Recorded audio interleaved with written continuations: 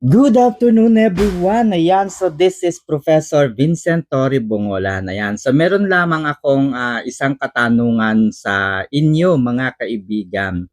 Kung kayo ang pamimiliin, sino kina dating Pangulong Rodrigo Roa Duterte at Vice President Sara Duterte ang masasabi nating great strategies? Sino sa kanila yung pinakamahusay pagdating sa mga political strategies? Okay, so eto, unahin natin si former President Rodrigo Roa Duterte. Okay, ganito po, no? Nung matapos po ang kanyang termino, sino-sino po sa PDP laban ang tumatakbo sa pagkapangulo at pangalawang pangulo na maaaring makalaban ng ilan sa mga dilawan at syempre ng Marcos. Okay, so ganito po ang nangyari.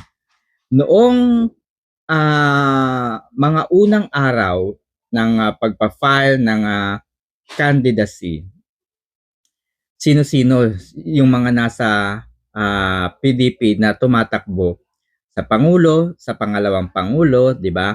Andyan po si Senator Bongo, andyan po si Senator Bato de la Rosa. Okay?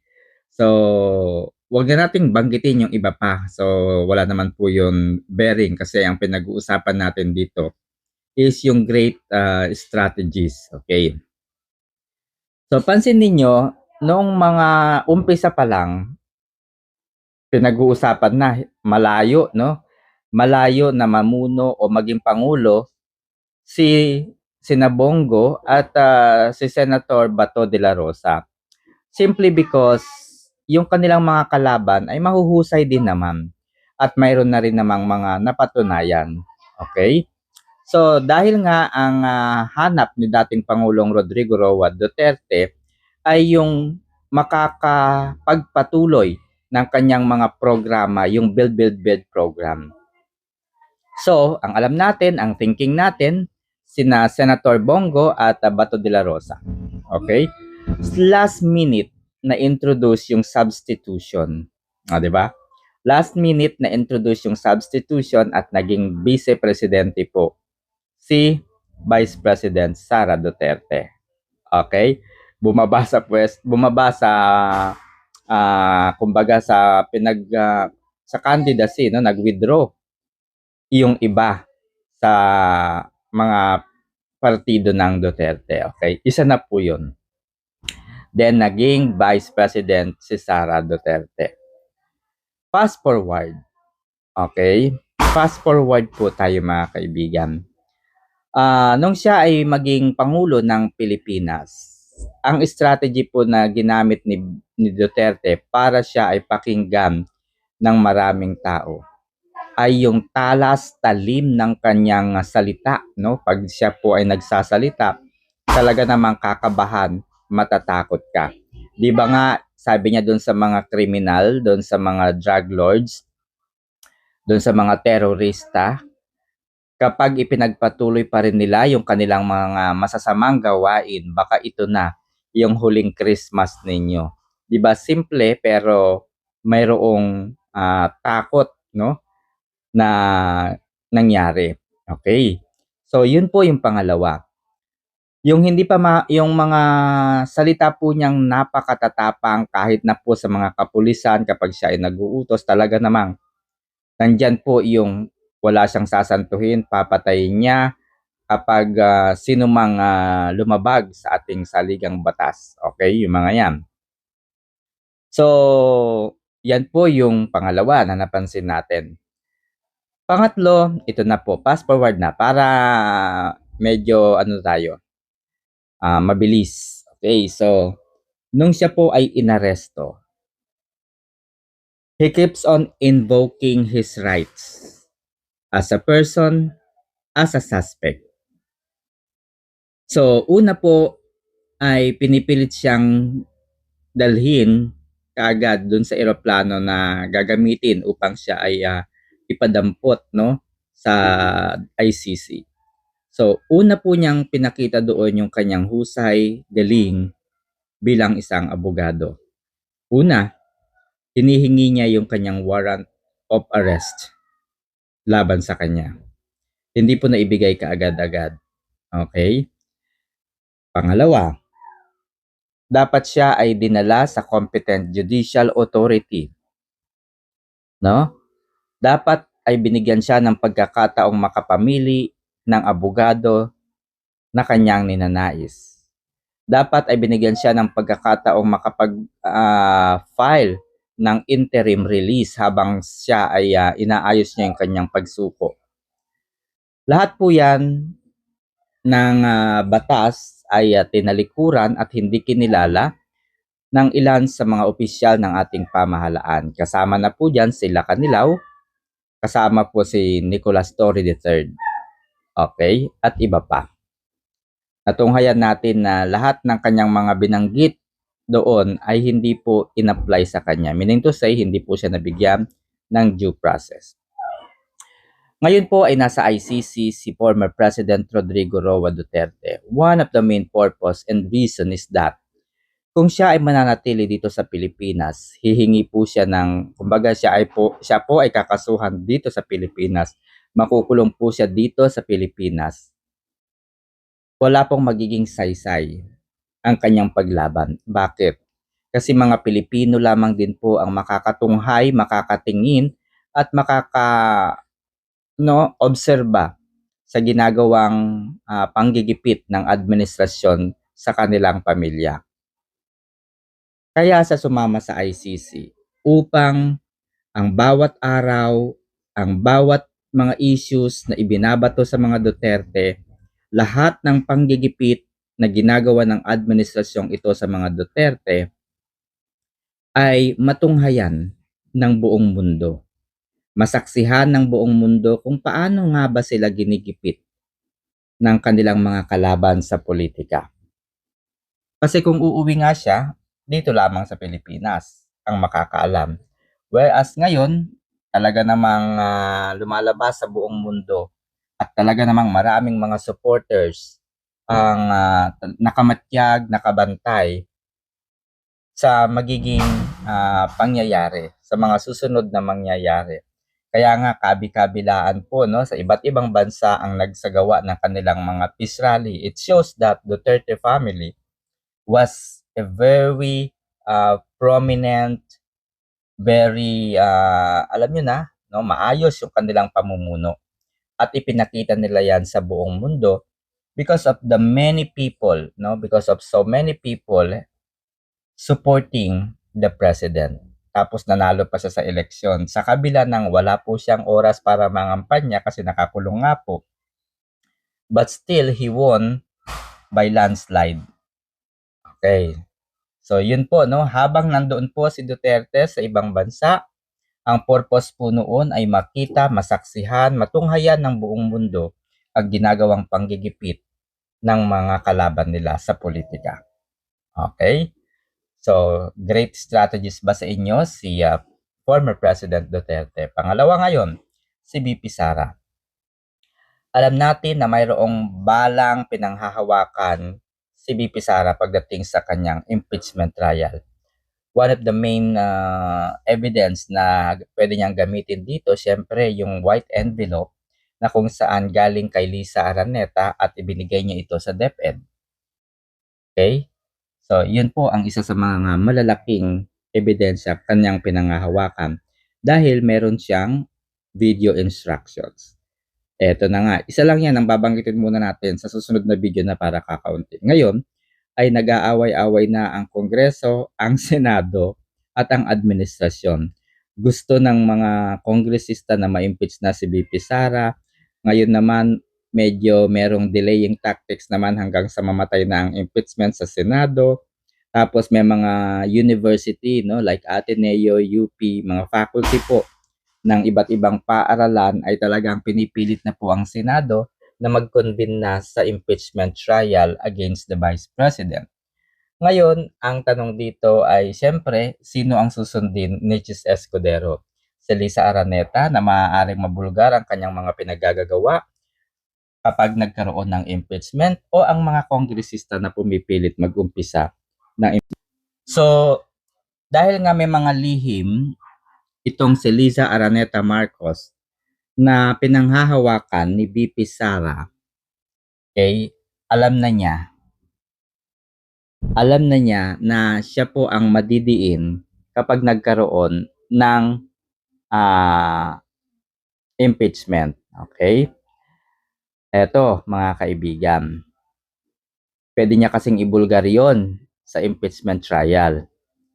Siyempre, itong si Lisa Araneta, takot yan. Kaya babawalan niya ngayon si Senator Chis Escudero na matuloy ang impeachment. So, siyempre, itong mga kongresista, itong mga profesor ng law school sa iba't ibang school ay magagalit kayong kay Chis Escudero. So, eto na, no? Eto na. Siyempre, sasabihin ng First Lady, wag mong ituloy yan, wag mong ituloy yan. Sasabihin naman ng kongresista, takot ka siguro kay BP Sara, takot ka siguro kay BP Sara, kaya ayaw mong ituloy ang impeachment. Tapos, eto ang gawing aksyon ni BP Sara. Sa tingin ko, hindi naman takot sa akin si Chis Escudero. Miyembro nga yan ng Spice Boys eh. Matapang yan, matalino yan, at abogado yan.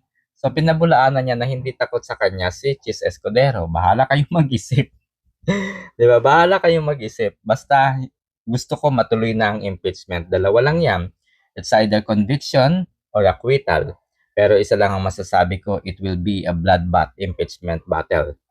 Di ba? Makahulugan. Eto na nga mga kaibigan. Mag-uumpisa na nga po. Malapit na ang ika-20th Congress. Magwawakas na ang 19th Congress. Hawak na po ng Duterte ang Senado. So, ibig sabihin, kung merong impeachment, ay 100% papabor sa mga Duterte. Eto na, mga kaibigan. Sabi ni BP Sara, kinukumbinsin na niya yung kanyang kapatid na si Congressman Paulo Pulong Duterte na kunin ang House Speakership. Di natakot na naman itong mga kongresistang ito. Kasi kapag natanggal itong si House Speaker Martin Romualdez at napalitan po ni Pulong Duterte, mag-uumpisa na yung impeachment laban kay President Bongbong Marcos Jr. Bakit? Siyempre hindi papayag si Congressman Pulong Duterte, ganyan-ganyan lang. Tapos mauupo lang yung kasalukuyang yung mga incoming congressmen, mauupo lang sila ng ganyan-ganyan. Hindi papayag yan, pati si BP Sara na hindi makaganti. So kapag napalitan si Martin Romualdez at pumalit po si Pulong Duterte, alam naman po natin na ang Duterte Youth Party List, una na po yung nag-file ng impeachment bago pa ang eleksyon against the President Bongbong Marcos Jr. Dahil dalawa na yung maiipit, no? Pag na-impeach si BBM, papalit ngayon si BP Sara bilang Pangulo. Di ba? Magbabaligtad na ang lahat. So, kung ma-impeach si BBM, si BP Sara yung papalit. Okay? Ngayon, kapag nasa impeachment trial na ang Pangulo ng Pilipinas na si Bongbong Marcos Jr., ang senador ba na hahawak? Si Chis Escudero ba yung mamumuno ng impeachment trial? Hindi po. Ang mamumuno po ng impeachment trial ng Pangulo ay ang Korte Suprema. Si Chief Justice.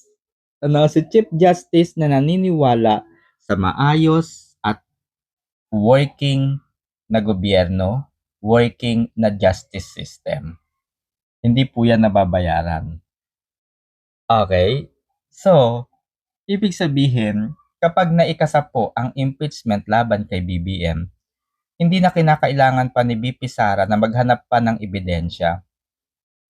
Unang-una, yung nasaksihan ng buong mundo mula sa pagkakadala kay former President Duterte sa ICC na wala naman pong maayos, malinaw na basihan, lahat yan gagamitin laban kay BBM. Yan po ay betrayal of public trust. Yung mga pondong nawala sa PhilHealth, nawala sa iba't ibang ahensya, inilagay sa National Treasury, ginamit sa peace and order, yung mga utang po natin sa Import-Export Bank of Korea na nakapondo po para sa Panay Guimaras Negros Bridge na hindi pa po nag-uumpisa. Ano pa ba? Yung budget deficit ng ating gobyerno na nagkakahalaga ng 497 billion pesos. Ibig sabihin half trillion almost half trillion yung budget deficit natin. So, nagkaroon din po ng anomalya sa bicameral committee report. 'Di ba? Nandun na nga po sa Korte Suprema yung kaso.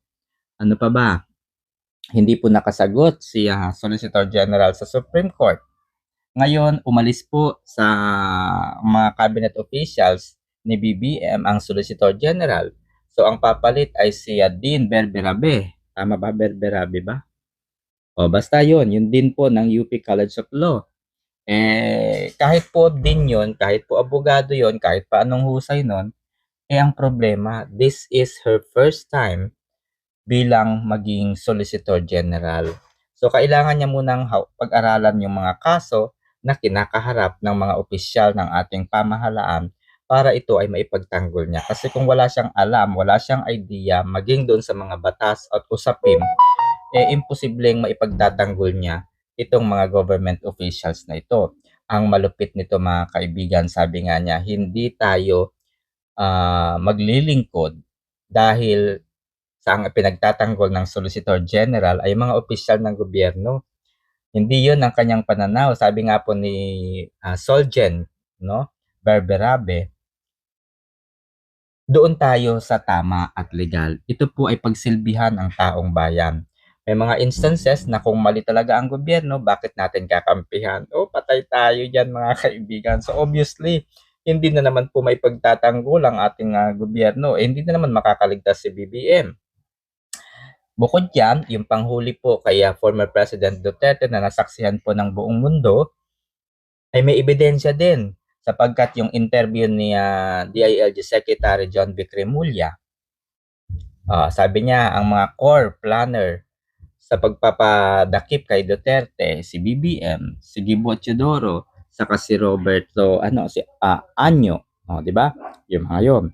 Siyempre, ito po yung pinakamatinding ebidensya laban kay BBM.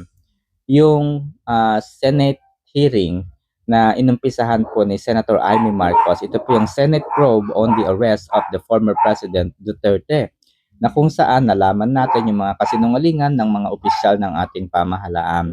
Yung kanilang pagsisinungaling, kasama na po dyan yung 80 pages na plano para maipadala sa ICC si former President Duterte. Nalaman natin yan, yung kanilang mga ginagawa. Lumabas din po dyan yung binayaran di umano ng administrasyon, yung ICC. Siyempre, yung eroplanong ginamit para madala sa ICC si former President Duterte. Yung paglilipat po ng pondo ng Land Bank at Development Bank of the Philippines at inilipat po sa Maharlika Funds. Okay, siyempre yung gold reserve na ibinenta, nasaan na po yung gold reserve na ibinenta? Yung mag-iina na in-interview po ni Maharlika sa Amerika na dumanas ng malupit na asawa dito sa Pilipinas and so on and so forth. Ang dami. Hindi na kinakailangan pang maglikom o ipunin ni BP Sara ang lahat ng mga ebidensya laban kay BBM. Intact po yun. Napanood natin yun, malinaw na malinaw. Si BBM ang may kagagawan at utos ng lahat ng mga pangyayaring ito. Panoorin nyo pa rin po yung statement, yung revelasyon ni Attorney Salvador Panelo kaugnay po ng gawain ni BBM. Okay. Idagdag pa yung ebidensya na galing po kay Amy Marcos. Sabi ni Amy Marcos, siguro takot yung gobyerno para sa impeachment ni BP Sara. Baka matalo kasi. Pag natalo, sino ba yung natatakot? O, di ba? Ibig sabihin may alam si Amy Marcos. So, ngayon, ang nag-aaway-away ay ang gobyerno mismo para ma-impeach or hindi ma-impeach si BP Sara. Yung Kongreso, binubuli niya yung Senado, tapos yung Senado bumabalik kay Congress, tapos yung opisina ng Pangulo, sasabihan ang Senate President na wag patayin yung impeachment, may resolution pa si Bato de la Rosa, ay bahala kayong mag-away-away dyan, basta si BP Sara tahimik lang.